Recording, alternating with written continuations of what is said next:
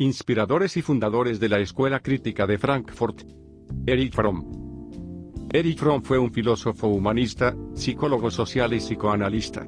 Nació en Frankfurt, Alemania en 1900 dentro de una familia judía ortodoxa.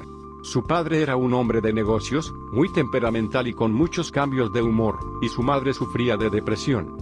Erich Fromm tuvo la idea inicialmente de seguir ese camino de vida judía. Sin embargo, decidió estudiar primeramente Derecho en Frankfurt, donde luego se trasladaría a Heidelberg para estudiar Sociología. Ahí realizaría su doctorado en 1922 bajo la asesoría de Alfred Weber, acerca de la ley judía. Antes de saber la influencia y el aporte de Erich Fromm, es necesario conocer qué es y qué importancia ha tenido tanto en la sociedad de esa época. Fue fundada en 1923, como en el contexto actual. Se llamó Escuela Crítica de Frankfurt, a un grupo de pensadores e investigadores sociales alemanes, varios de ellos provenientes de familias ortodoxas judías, cuyas investigaciones y propuestas acerca de la discusión crítico-ideológica de las condiciones sociales e históricas en las que ocurre la construcción de toda teoría, para producir un cambio social, tuvieron como base al comunismo, desde la perspectiva de Marx, Hegel y con apoyo de Freud. Estos investigadores sociales estaban reunidos en el Instituto de Investigación Social de Frankfurt, inaugurado en 1923, en la ciudad alemana de Frankfurt. Los exponentes más importantes del primer período son Max Horkheimer, quien elaboró el ensayo denominado Teoría Tradicional y Teoría Crítica, Traditionelle und kritische Theorie, en el año 1937. Además de Theodor W. Adorno, con quien realizaron en conjunto los ensayos Dialéctica de la Ilustración, Dialektik der Aufklärung, entre 1944 y 1947. De ahí su nombre.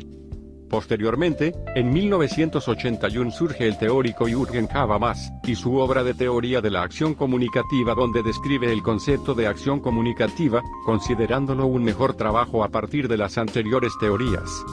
Luego de dar a conocer de qué se trata la Escuela de Pensamiento Crítico de Frankfurt, podemos realizar una línea temporal que permita reconocer el paso histórico, el aporte teórico y las posteriores discrepancias de Erich Fromm con esta escuela. Respecto de la importancia que le otorga a la teoría socialista de Marx, es muy importante señalar que a Fromm le atraía el humanismo que aparece en los primeros escritos de Marx, en los manuscritos económicos filosóficos del año 1884, que se mencionaron anteriormente, porque en estos escritos Fromm encuentra un socialismo que promueve la libertad del ser humano, en la perspectiva concreta de poder decidir frente a diversas alternativas, agregando algo de vital importancia. El ser humano como tal no se puede definir a sí mismo si no es dentro de un contexto social, donde vive, habita, se alimenta, comparte con otros, de manera concreta, es decir, es una persona, no un ser abstracto, no un individuo, como ser indiviso, pero igual a los otros individuos, sino un ser vivo, con capacidad de sufrir y gozar y de amar intelectualmente.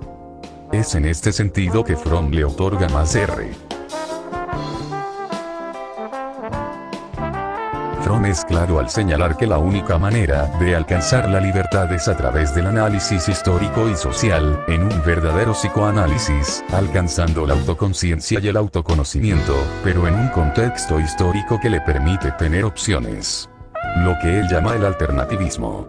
Aquí es donde se encuentra el quiebre con la Escuela Crítica de Frankfurt, porque la libertad para Fromm es la posibilidad de poder elegir en forma constante a lo largo de la vida, entre alternativas reales, para lo cual se requiere esfuerzo y decisión, donde las pasiones son pasividades, que al mismo tiempo son sufrimientos.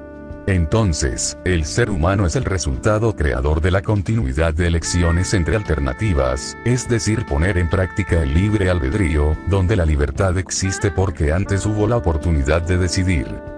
Manifiesta un quiebre con el marxismo tradicional, por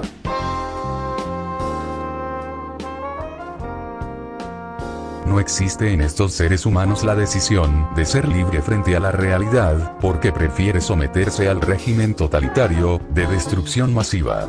Es la característica del ser humano necrofílico. Hay más ejemplo en la historia de la humanidad, pero creo que no es necesario mencionar más. En el libro El miedo a la libertad encontramos el siguiente texto.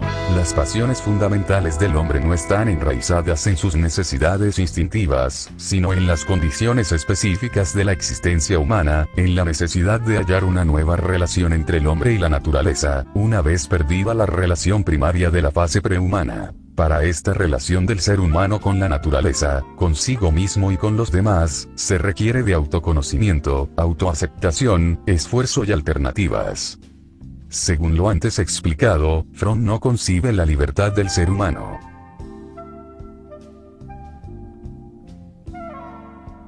En conclusión, la propuesta de Erich Fromm plasmada en su extensa obra muestra a una persona focalizada en sus concepciones de tipo humanista, centradas en contextos reales, concretos, con importante influencia de grandes pensadores tales como Spinoza, Sartre, Hegel, entre otros.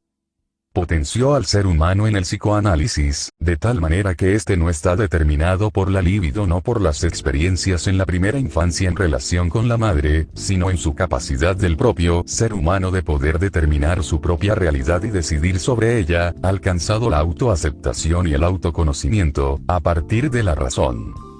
Fue uno de los primeros pensadores que denunció el abuso de poder contra la mujer.